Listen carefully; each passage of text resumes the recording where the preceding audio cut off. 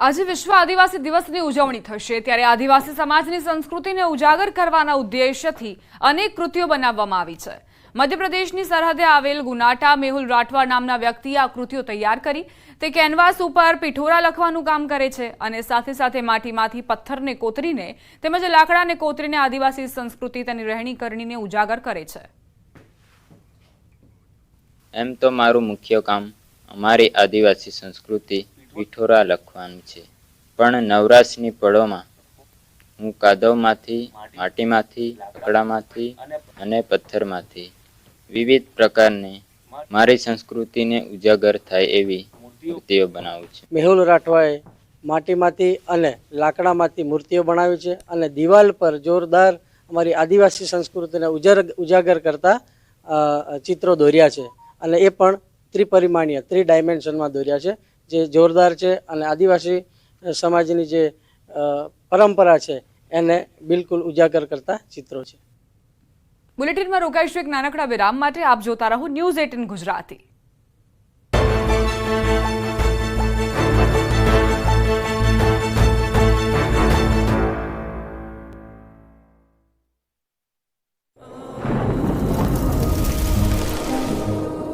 જળવાયુ પરિવર્તનનું જોખમ આપણા દરવાજે પહોંચી ગયું છે।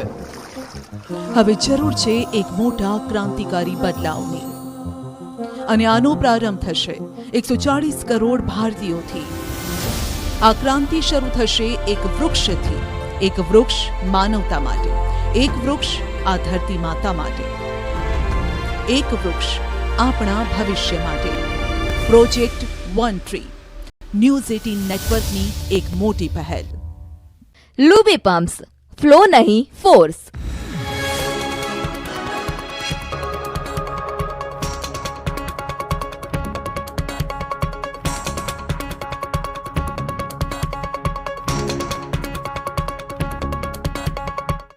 લૂબી પમ્પ્સ, ફ્લો નહીં ફોર્સ।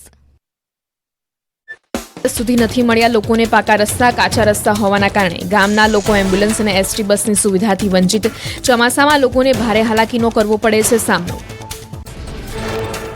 ચોમાસામાં થતી ગંદકીને લઈને દાહોદમાં મહિલાઓ વિફરી। ઠેર ઠેર કચરો ઠાલવી દેતા લોકો હેરાન પરેશાન। વિરોધના વંટોળ વચ્ચે મહિલાઓએ હાઈવે પર કર્યો ચક્કાજામ। સુરતના પાંડેસરા વિસ્તારમાં ઘરકામ કરતી મહિલાઓએ કર્યો હોબાળો। રિક્ષા ચાલકોએ ભાડું વધારી દેતા મહિલાઓએ પિયુષ પોઈન્ટ સર્કલ પર હોબાળો કર્યો। પોલીસે ઘટના સ્થળે પહોંચીને મામલો થાળે પાડ્યો। રાજકોટમાં મેળાને લઈને મોટા સમાચાર। રાઇડ્સ અને પ્લોટ માટે ત્રીજી વખત હરાજી। સંચાલકો એસઓપીમાં ફેરફાર કરવાની માંગ પર અડગ। રાઇડ સંચાલકો અને પ્લોટ ધારકોએ ભાગ ન લીધો। રાજકોટના લોકમેળામાં રાઇડ્સની એસઓપી અંગે કલેક્ટરનું મોટું નિવેદન। કહ્યું, રાઇડ્સની એસઓપીમાં કોઈ પણ ફેરફાર નહીં થાય। લોકોની સુરક્ષા માટે તૈયાર કરાઈ છે એસઓપી। રાઇડ્સ ચાલુ ન થાય તો મેળામાં અન્ય આકર્ષણો પણ છે। મોરબીમાં લોકમેળાને લઈ આયોજકો મૂંઝવણમાં। રાજકોટની ગેમ ઝોન દુર્ઘટના બાદ નિયમો કડક થતા મુશ્કેલી વધી। હજુ સુધી કેટલાક મેળાના આયોજકોને નથી મળી અંતિમ મંજૂરી। મેળામાંથી પેટીઓ રડતા હજારો લોકો પર તોડાઈ રહ્યું છે સંકટ। સુરેન્દ્રનગર અને વઢવાણમાં લોકમેળામાં હરાજી માટે મળી મીટિંગ। પાલિકાની એસઓપીમાં કડક નિયમોને લઈને મેળામાં આયોજકોમાં રોષ। તંત્ર દ્વારા નિયમોમાં છૂટછાટ ન અપાય તો હરાજી બહિષ્કાર કરવાની ચીમકી। પાટણના માખણિયાપરામાં ગટરનું પાણી ખેતરમાં ફરી વળ્યું। ધારાસભ્ય કિરીટ પટેલે ચીફ ઓફિસર તેમજ ભૂગર્ભ શાખાના અધિકારીઓને સાથે રાખીને સ્થળ નિરીક્ષણ કર્યું। ગટરનું દૂષિત પાણી ખેતરોમાં ભરાઈ જતા ખેડૂતોનું નુકસાન। ભાવનગર જિલ્લાના બગદાણા પાસેના રાડગોન ગામે પુલનો ભાગ તૂટ્યો। લાંબા સમયથી જર્જરિત પુલ આખર ચોમાસાની ઋતુમાં તૂટ્યો। પુલ ધરાશાયી થતા વાહન વ્યવહાર માટે મુશ્કેલી। સુરતમાં ગુજરાત આશા વર્કર યુનિયન દ્વારા પડતર માંગોને લઈને વિરોધ। 20 જેટલી માંગણીઓને લઈને આશા વર્કરની બહેનો ઉતરી મેદાનમાં। 1000 જેટલી મહિલાઓએ એકઠા થઈને કર્યું વિરોધ પ્રદર્શન। નર્મદામાં આદિવાસી મ્યુઝિયમમાં મારામારી બાદ સારવાર દરમિયાન એકનું મોત। ધારાસભ્ય દર્શનાબેન દેશમુખ પરિવારને મળવા પહોંચ્યા હતા હોસ્પિટલ। પરિવારના સભ્યને ભેટી ધારાસભ્ય થયા હતા ભાવુક। નર્મદામાં 2 આદિવાસી યુવકના મોતને લઈને એમએલએ ચેતર વસાવાએ આપ્યું બંધનું એલાન। આવતીકાલે ગરુડેશ્વર કેવડિયામાં બંધનું એલાન જાહેર। યુવકોને મારનારાઓના નામ જાહેર ન થાય ત્યાં સુધી મૃત્યુ સ્વીકારવાની કરી મનાઈ।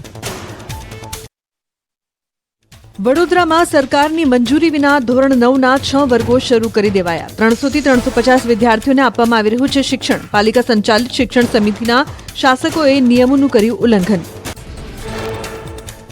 છોટાઉદેપુરના કુંવાડ ગામે 6 કરોડની ગટર યોજના પર ફરી વળ્યા ગટરના પાણી. ઠેર ઠેર ગંદકી અને ગટરના પાણીનું સામ્રાજ્ય ફેલાતા લોકોએ ત્રાહિમામ પુકારી ઉઠ્યા. ફંડના અભાવે ગટરનું કામ ન થતું હોવાનું તલાટીનું નિવેદન. બનાસકાંઠા ગ્રામ પંચાયતના કોમ્પ્યુટર ઓપરેટરોની 15મા નાણાં પંચને લઈને ડીડીઓને રજૂઆત. સરકારના આદેશ બાદ મહેનતાણું ન ચૂકવાતા રોષ. વારંવાર રજૂઆત છતાં 2022ના પરિપત્રનો અમલ ન થતો હોવાનો વીસીઈ મંડળનો આરોપ. અંકલેશ્વર પનોલી ઔદ્યોગિક વસાહતની 5 કંપનીઓને ક્લોઝર નોટિસ ફટકારાઈ. વરસાદી પાણીમાં કેમિકલયુક્ત પાણી છોડાતા ગુજરાત પ્રદૂષણ બોર્ડે નોટિસ પાઠવી. ગણેશ રેમેડીઝ, બોની કેમિકલ, વિહિતા કેમ 2 સહિતની કંપનીને અપાઈ નોટિસ. દાહોદના લીમખેડામાં શાળાના પોપડા ઉખાડવાના ન્યૂઝ 18ના અહેવાલ બાદ તંત્ર થયું દોડતું. પ્રાથમિક શાળાના સંચાલકે શાળાના 6 વર્ગખંડ બંધ કર્યા. જિલ્લા શિક્ષણ અધિકારીએ શાળાની તપાસ કરી સમારકામ હાથ ધરવાનું આપ્યું નિવેદન. ભાવનગરના ભરતનગર અને વર્ધમાન નગરમાં રીડેવલપ થયેલ આવાસોની ફાળવણી હજી બાકી. આવાસના મકાનો તૈયાર છતાં લોકો લાભથી વંચિત. સ્થાનિક કાર્યકરોએ આવાસોની ફાળવણી કરવા કરી માંગ. બનાસકાંઠાના પાંછા ગામની પ્રાથમિક શાળાની શિક્ષિકા વિદેશમાં સ્થાયી. શિક્ષિકા વિદેશમાં રહેતી હોવા છતાં શાળામાં બોલે છે ફરજ. બાળકોનું શિક્ષણ બગડતું હોવાની આચાર્યએ શિક્ષણ વિભાગને કરી રજૂઆત. શિક્ષણ વિભાગ નથી કરી રહ્યું કોઈ કાર્યવાહી.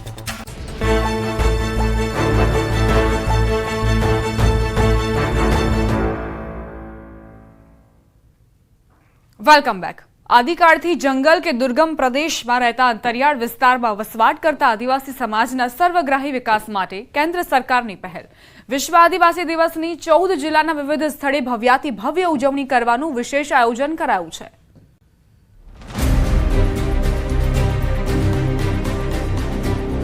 આદિકાળથી જંગલ કે દુર્ગમ પ્રદેશમાં રહેતા અંતરિયાળ વિસ્તારમાં વસવાટ કરતા આદિવાસી સમાજના સર્વગ્રાહી વિકાસ માટે વિવિધ પહેલ.